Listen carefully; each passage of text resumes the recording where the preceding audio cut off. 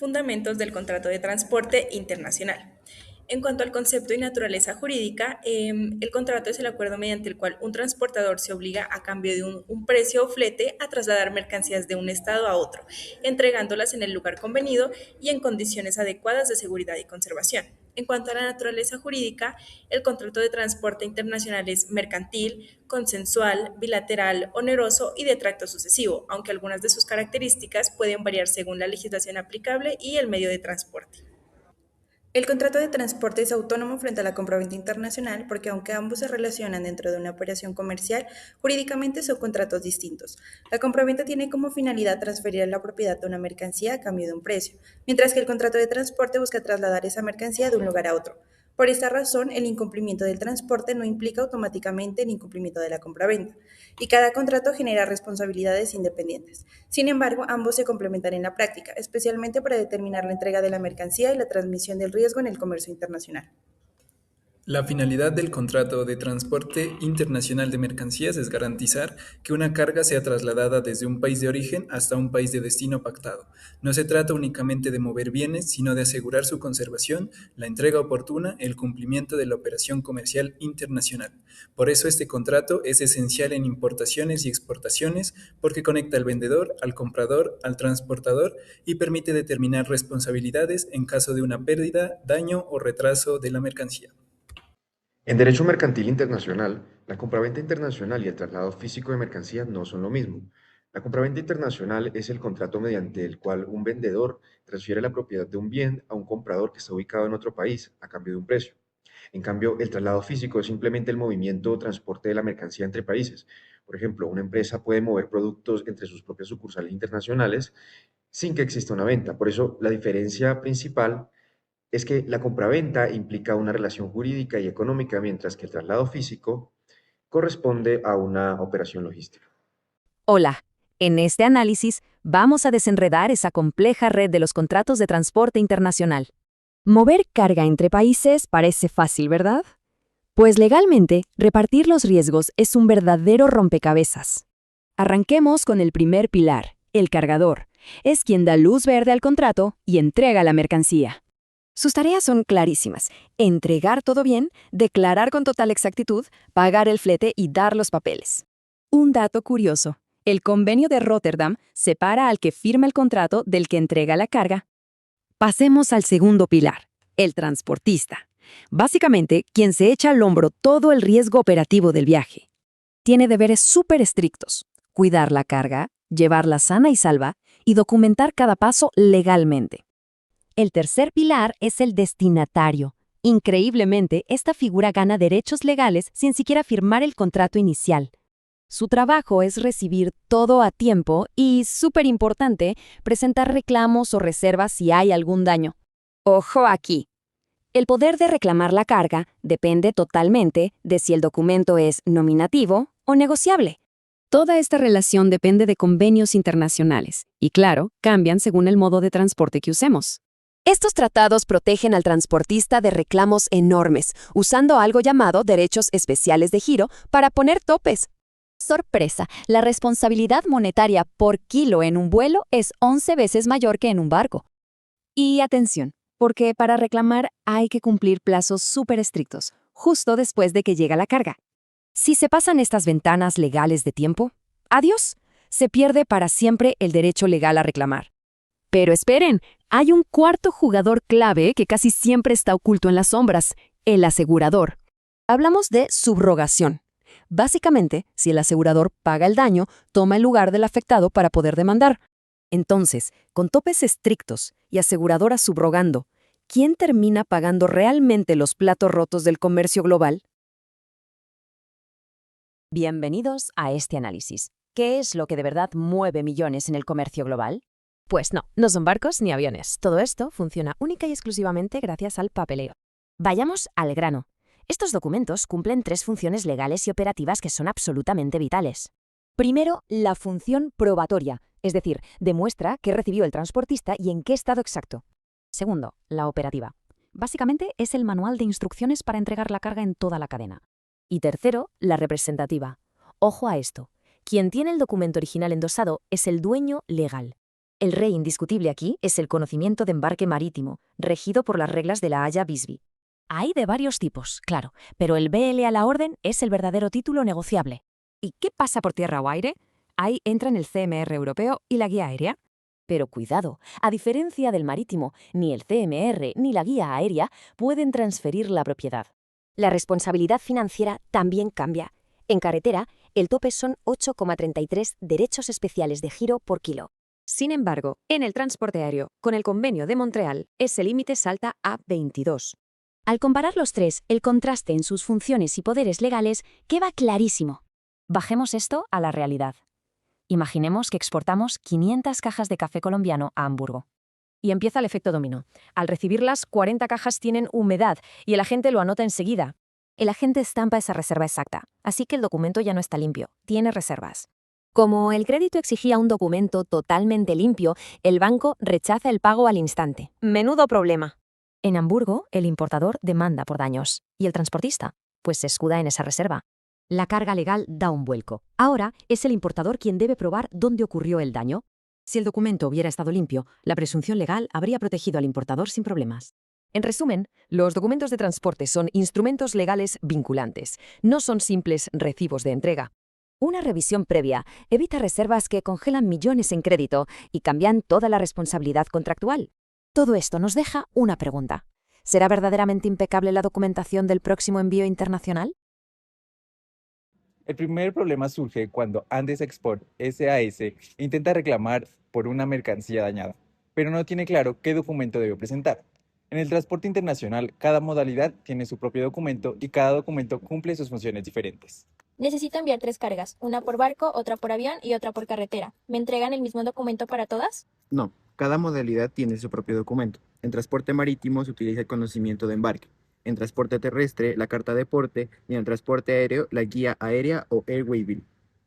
Para la carga marítima, emitiré un conocimiento de embarque. Este documento prueba que recibí la mercancía y, en algunos casos, puede representar la mercancía misma. ¿Eso significa que quien tenga el conocimiento de embarque puede reclamar la mercancía? Depende de cómo esté emitido. Si está a la orden o al portador, puede tener función representativa y circular mediante endoso o entrega. El conocimiento de embarque marítimo es especial porque puede cumplir 3 funciones: prueba el contrato, recibe el recibo de mercancía y documento representativo para exigir la entrega. A la carga que irá por carretera emitiré una carta de porte CMR. ¿La carta de porte CMR también funciona como título representativo de mercancía? No, de la misma forma que el conocimiento de embarque, la carta de porte sirve principalmente como prueba del contrato, de la recepción de la mercancía y de las condiciones del transporte. Además, aunque falte la carta de porte o tenga alguna irregularidad, eso no significa que el contrato de transporte no exista. La carta de porte CMR tiene la función probatoria y organizativa. No opera como un título representativo fuerte, pero es clave para demostrar las condiciones del transporte y la recepción de la carga. Para la carga aérea emitiré una guía aérea. ¿La guía aérea se puede negociar como un conocimiento de embarque? No, en la práctica la guía aérea es un documento no negociable, sirve para probar el contrato, la aceptación de la carga y las condiciones del transporte. Además, sus datos sobre peso, dimensiones, embalaje y número de bultos pueden tener un valor probatorio. Entonces, si la mercancía llega dañada, debemos revisar qué dice la guía aérea. Exactamente. Si el documento contiene reservas de la información sobre el estado de la mercancía, eso puede afectar la reclamación. Este primer caso demuestra que los documentos de transporte no son simples papeles. Sirven para aprobar el contrato, acreditar la recepción de la carga, organizar la entrega y, en algunos casos, representar jurídicamente la mercancía. El documento base destaca que el conocimiento de embarque puede tener función representativa, mientras que la carta de porte CMR y la guía aérea cumplen principalmente funciones probatorias y operativas. Buenos días. Iniciamos el análisis de regímenes de transporte internacional. Mi objetivo es explicar el marco normativo que define quién paga, cuánto y por qué y cuándo ocurre un siniestro en el tránsito transfronterizo de mercancías. Para evitar el caos de las leyes nacionales, la comunidad internacional unificó criterios mediante convenios especializados. Como se muestra en el gráfico, el ecosistema se divide en marítimo, representado por Haya Bisbee y Hamburgo, aéreo, Montreal y terrestre por las siglas CMR. Este equilibrio busca proteger a las flotas de las reclamaciones desmedidas, garantizando a la vez una indemnización justa para el cargador bajo el principio de presunción de la culpa. Entrando al modo marítimo, el estándar clásico son las reglas de la Haya-Bisbee. Su pilar es la doctrina tackle to tackle o gancho a gancho, que es la responsabilidad de la naviera se limita estrictamente al tiempo en que la carga está enganchada a las grúas del buque. Se formaliza mediante el conocimiento de embarque o de sus siglas BL y utiliza los derechos especiales de giro DEG como unidad de cuenta para evitar pérdidas por inflación o devaluación. Finalmente, este régimen otorga al transportista un escudo de 17 exoneraciones. La más importante es la falta náutica, donde el armador no responde por errores de navegación de su tripulación. Entonces, ¿a cuánto asciende la indemnización? Al mayor valor entre dos cálculos, entre 666,67 DEG por bulto o 2 DEG por kilo. Por ende, es vital aplicar aquí la regla del contenedor. Si no detallamos los bultos internos en el conocimiento de embarque, el contenedor completo se valorará como una sola unidad de carga, reduciendo drásticamente la indemnización. Evolución marítima y la era aérea. Continuando con el mar, las reglas de Hamburgo trajeron un cambio de paradigma. Pasamos del gancho a gancho al puerto a puerto, cubriendo la estancia en terminales. Aquí se elimina la falta náutica y se establece la presunción de culpa de transportista. Además, los límites suben un 25%, llegando a los 835 DEG por bulto, y se reconoce por primera vez la indemnización por retraso comercial. Damos el salto al cielo, y el transporte aéreo pasó de rígido convenio de Varsovia, donde un error en el papel anulaba los límites, al convenio de Montreal o MC 99. La gran revolución aquí es la digitalización y el EAW, eliminando sanciones catastróficas por defectos formales y agilizando la aviación moderna. Montreal establece un sistema garantista. Para pasajeros hay un nivel 1 de responsabilidad objetiva ineludible y un nivel 2 de presunción de culpa ilimitada. En cuanto a carga y equipaje, la responsabilidad es objetiva, estricta. Ojo con los plazos. Un equipaje se considera perdido tras 21 días y cualquier daño debe protestarse por escrito en un máximo de 7 días. Es crítico estar actualizados. El 28 de diciembre de 2024 entró en vigor la revisión de límites de la OACI. El límite de carga subió de 22 a 26 DG por kilo. Esto genera un conflicto de leyes en países como España, donde el BOE lo publicó meses después. La regla es clara. Si la expedición es origen extranjero, aplica el nuevo límite. Si es origen España, previo a la publicación, podría aplicarse el anterior. Bajamos a la carretera con el convenio CMR. Es un contrato consensual. No hace falta papel para que sea válido, aunque la carta de porte es la prueba reina. El transportista asume una obligación de resultado y responde por toda la cadena en una cadena solidaria. Desde que recoge hasta que entrega, la culpa se presume. El límite en carretera es de 8.33 DG por kilo. Pero atención al artículo 29, la bomba del dolo. Si se demuestra mala fe o negligencia grave, el transportista pierde todos los límites y debe pagar la indemnización íntegra e ilimitada. Además, el plazo de prescripción para demandar se triplica, pasando de 1 a 3 años. Este es el mayor riesgo para un operador terrestre. Ahora abordaremos esta matriz comparativa del dashboard de regímenes internacionales. Vemos cómo el alcance en el mar es gancho a gancho, en el aire aeropuerto a aeropuerto y en la tierra podríamos decir que es puerta a puerta. Noten también la diferencia de límites, desde los 2 DG del mar hasta los 26 DG del aire. Esta matriz es nuestra brújula para la liquidación de siniestros, lo cual nos lleva al framework de la decisión. ¿Cómo decidimos qué norma se aplica? Primero, debemos tener en cuenta el criterio físico, dónde ocurrió el daño. Segundo, el territorial, qué países firmaron. Y tercero, la legitimación activa mediante los Incoterms. Si vendes en FOB, el riesgo es del comprador, pero si vendes en DAP, es del vendedor. El Incoterm decide quién tiene el derecho a demandar. Vamos a un ejercicio real. Una pérdida total de 5.000 kilogramos de repuestos en el mar por mala estiva comercial. tenemos 10 bultos declarados y una tasa de cambio de 1.15 euros por DEG. Para hacer el cálculo del límite indemnizatorio, aplicamos la comparativa legal. La opción A por bulto nos daría 6.666 DEG. La opción B por peso nos da 10.000 DEG. La ley obliga a pagar la cantidad mayor. Por tanto, nuestro tope legal absoluto es de 11.500 euros.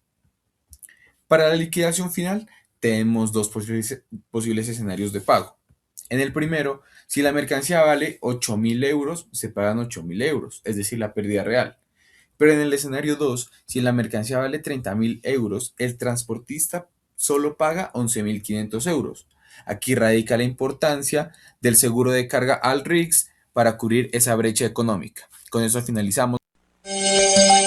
Televisa presenta.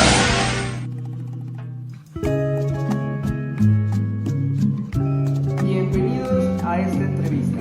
Hoy con el experto Rodolfo Alcalde, quien nos va a hablar sobre el transporte internacional de mercancías. Retomaremos las reclamaciones, las reservas, los plazos y los errores frecuentes al analizar daños en la carga. Con ustedes, el experto.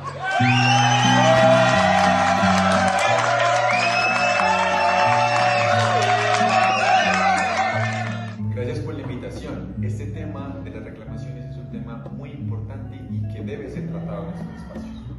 Querido experto, ya aprovechando esta oportunidad, quisiera preguntarle qué pasa cuando una mercancía llega dañada, incompleta o tarde. ¿Cuál debe ser el primer paso? El primer paso es analizar el caso, no solo desde una sola perspectiva. Hay que hacer una matriz de perspectivas y hacernos diferentes preguntas. Primero, ¿qué convenio internacional se aplica? Por ejemplo, segundo, ¿qué documento de transporte existe? Tercero, ¿cuándo ocurrió el daño o retraso? Cuarto, ¿se hicieron reservas o reclamaciones dentro del plazo? Creo que estos aspectos son una matriz importante para empezar a analizar un caso. ¿Eso quiere decir que no basta mencionar que la mercancía llegó dañada? Claramente, hay que identificar si el transporte fue marítimo, fue aéreo o fue terrestre, el tipo de transporte, si existe conocimiento de embarque, carta de porte o guía de área. Y obviamente, ¿qué régimen jurídico es el que se va a aplicar al caso concreto para la responsabilidad? Pero hay una pregunta clave, yo creo que en este tema, y es saber qué son las reservas y por qué son importantes. Las reservas son observaciones que se hacen cuando se recibe la mercancía y se detecta, por ejemplo, un daño o una irregularidad. Un ejemplo le doy, señor entrevistador: cajas mojadas, embalaje roto, faltan 2 bultos, por dar algunos ejemplos. ¿Qué pasa si recibo la mercancía dañada pero no dejo ninguna reserva? Yo creo que puede complicarse la reclamación.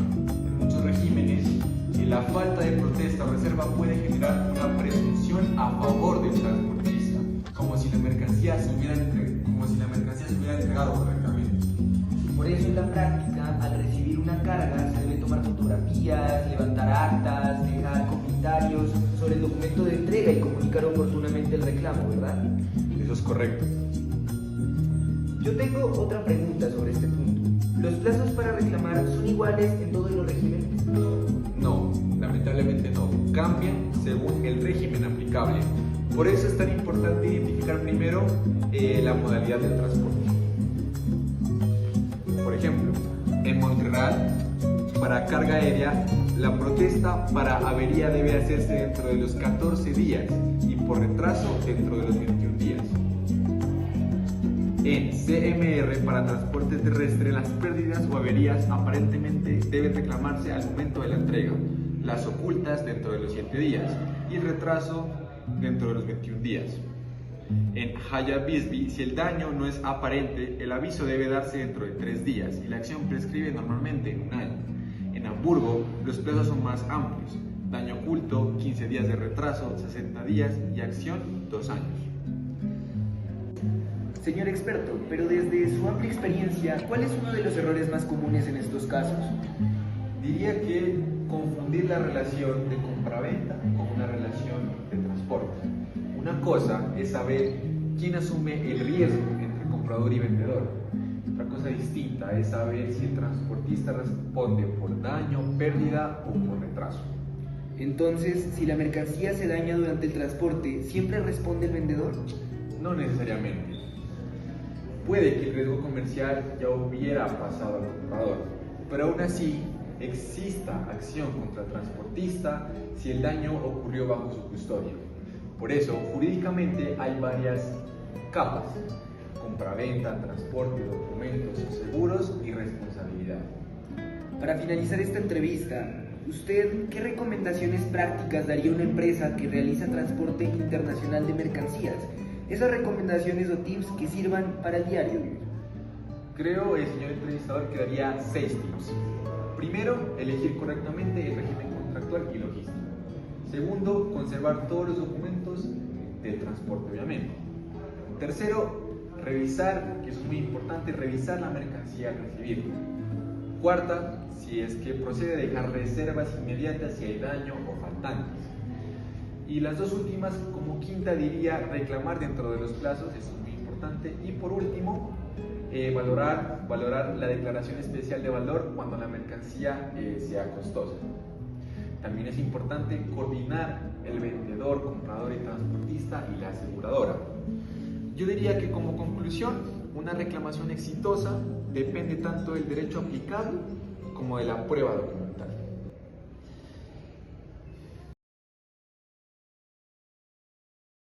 Bueno, el comercio internacional funciona con una estructura jurídica súper integrada. Vamos a ver cómo encaja todo esto. A ver, una duda clásica. Si pagamos el transporte internacional, ¿asumimos automáticamente los daños de la mercancía? Para nada, todo depende de 3 pilares clave: el contrato de compraventa, el de transporte y los Incoterms 2020. Y ojo, porque el error logístico más típico y grave es este: confundir el costo con el riesgo.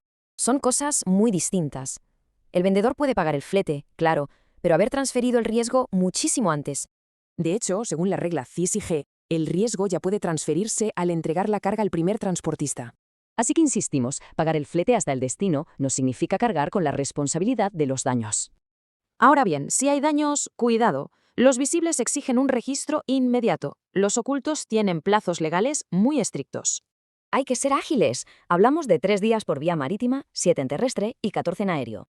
Ojo con esto. Firmar sin dejar reservas formales genera legalmente la presunción de que todo llegó perfecto.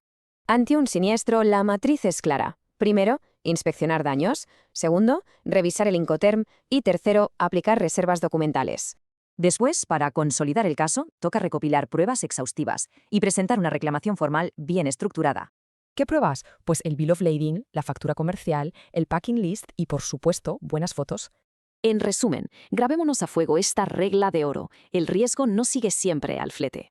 Para saber quién responde, siempre hay que analizar en conjunto el contrato, el Incoterm y los documentos de transporte.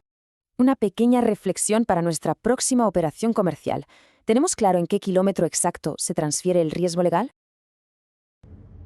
Después de identificar el documento de transporte, surge una segunda pregunta. ¿Qué régimen internacional se aplica? La respuesta depende de la modalidad utilizada: marítima, aérea o terrestre. Verá, doctor, yo tengo 3 problemas. La carga marítima llegó mojada. La carga que se transportaba por avión llegó tarde. Y la carga terrestre llegó incompleta. ¿Puedo utilizar la misma norma para reclamar todo? No. Cada modalidad tiene su propio régimen jurídico. Para el transporte marítimo, usted puede aplicar las reglas de la Haya-Visby o las reglas de Hamburgo, mientras que, por ejemplo, para el transporte aéreo, aplicas Varsovia o Montreal. Por último, para el transporte terrestre internacional por carretera se aplica el convenio CME. Transportista marítimo, en el caso del transporte marítimo debemos revisar si aplica Haya-Visby o Hamburgo.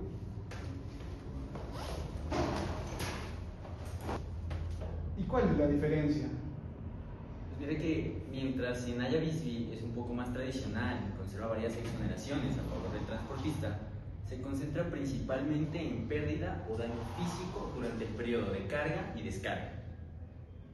¿Y Hamburgo? Pues mira que Hamburgo amplía el periodo de responsabilidad.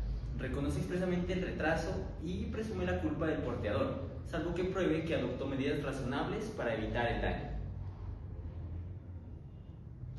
En transporte marítimo, identificar si aplica a Yavili o Hamburgo es decisivo porque también cambia el periodo de responsabilidad, las exoneraciones, los plazos y los límites indemnizatorios. Para el transporte aéreo debemos revisar si aplica Varsovia o Montreal. Doctor, y yo como cliente afectado, si mi carga de medicamentos perdió valor por el retraso, ¿qué régimen debo mirar? Mire que Montreal en este momento es el régimen base para sus estados parte, pues regula todo lo que es destrucción, pérdida, avería y retraso de las cargas comerciales. Pues de hecho, puedes exonerarte de responsabilidad si pruebas que hiciste todas las medidas razonablemente necesarias o en su defecto que fue imposible hacerlo, sobre todo en casos de retraso. Y bueno, existe un límite de responsabilidad que es para la carga aérea bajo el régimen Montreal y es 26 DEG por kilogramo, salvo declaración especial de valor. Como transportista terrestre he de manifestar que en este caso la carga transita entre dos países. Para el caso debería aplicar el convenio CMR.